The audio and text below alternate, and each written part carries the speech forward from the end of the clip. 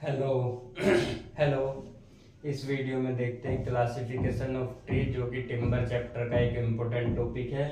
इसको शुरू करते हैं और इसमें से जो जो भी इम्पोर्टेंट पॉइंट्स हैं उन सबको डिस्कस करते हैं। देखने में जरूर आपको ऐसा लग रहा होगा बड़ा अजीब सा, लेकिन जब शुरू करेंगे तो एक एक चीज़ आपको समझ में आएगी और आपके एग्जाम पॉइंट ऑफ व्यू से नॉलेज के अकॉर्डिंग बहुत हेल्पफुल होने वाली है ये।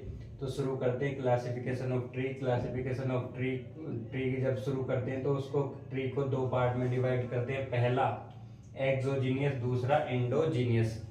अब एक्सोजीनियस का में जो एक्सो वर्ड है, ये एक्सो का मतलब होता है बाहर बाहर। जैसा कि मैंने लिखा हुआ आउटवर्ड ग्रोइंग ट्री, ये ट्री जो होते हैं आउटवर्ड ग्रो करते हैं। ऊंचाई के साथ साथ इनकी जो ग्रो होती है वो आउटवर्ड होती है। हर साल एक नई एनुलर रिंग डेवलप करते हैं और बाहर की तरफ बढ़ते जाते हैं। जबकि इंडोजीनियस में क्या है, इनवर्ड ग्रोइंग ट्री होती है, मतलब इनकी ग्रोथ जो है बाहर की तरफ ना होके, इनकी इनकी जो ग्रोथ होती है वो बाहर की ओर ना होके अंदर की तरफ होती है और ये ऊंचाई में ज्यादा बढ़ते हैं।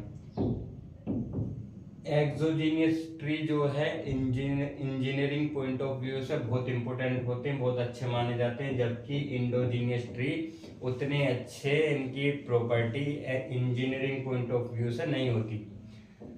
उसके बाद बात करते हैं एक्सोजीनियस को फिर दो पार्ट में डिवाइड किया है हमने, कॉन्फेरियस और डेसिडियस। कॉन्फेरियस को एवरग्रीन ट्री भी बोलते हैं, डेसिडियस को सीजन ट्री भी बोलते हैं। जैसा कि मैंने अभी आपको बताया था, exogenous engineering point of view से बहुत अच्छे होते हैं, जबकि इंडोजीनियस कम इंपोर्टेंट होते हैं। इसके बाद इसको दो पार्ट में हमने डिवाइड किया। तो दो पार्ट में जो पहला पार्ट है ये एवरग्रीन ट्री, ये इंजीनियरिंग पर्पज से कम इंपोर्टेंट है, जबकि डेसिडियस या सीजन ट्री इंजीनियरिंग पर्पज से बहुत इंपोर्टेंट होते हैं। ये क्या है, ब्रॉड लीफ ट्री होते हैं।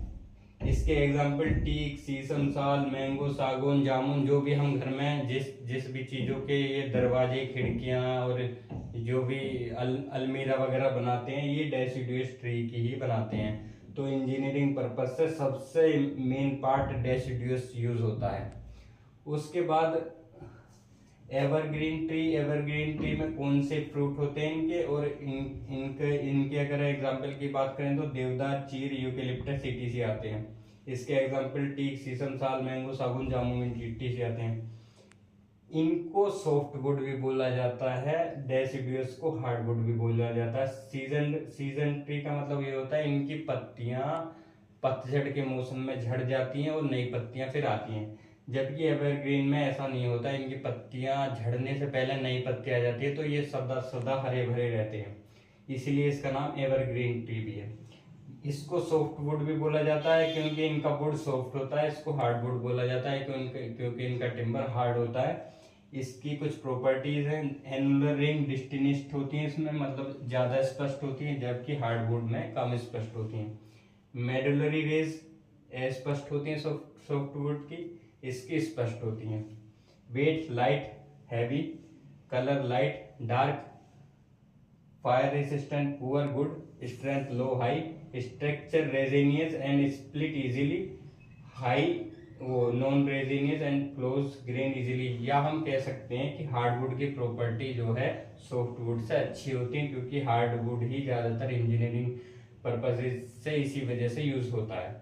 अब ये आपको दोनों समझ में आ गए। उसके बाद इसको देखते हैं इनवर्ड ग्रोइंग ट्री, जिसको इंडोजिनियस ट्री भी बोलते हैं। इसके example bamboo, coconut, palm, etc होते हैं। हाइट ग्रोइंग इनटू लिंक्स, इसकी जो हाइट है वो लिंक्स में ग्रो करती है। ये सब मेन पॉइंट इसलिए लिखे जाते हैं, ये एग्जाम पॉइंट ऑफ व्यू से इंपोर्टेंट होते हैं। एनुलर रिंग क्या होती है, इस पे अस्पष्ट होती है, not useful for engineering purposes, मतलब इंजीनियरिंग पर्पस के अकॉर्डिंग उतना इंपॉर्टेंट ये नहीं है। तो आई थिंक इसमें मैंने मेन चीजें क्लासिफिकेशन ऑफ ट्री जो है, मेन जो चीजें हैं वो आपसे डिस्कस कर ली। एग्जाम्पल इसके पूछे जाते हैं और ये सॉफ्टवुड, हार्डवुड ये सब आते हैं, ये इन्हीं सब में से घूम फिर के क्वेश्चन बनता है। तो आई थिंक आपको समझ में आई होगी। और नेक्स्ट टॉपिक के साथ नेक्स्ट वीडियो में मिलते हैं, तब तक के लिए थैंक यू सो मच।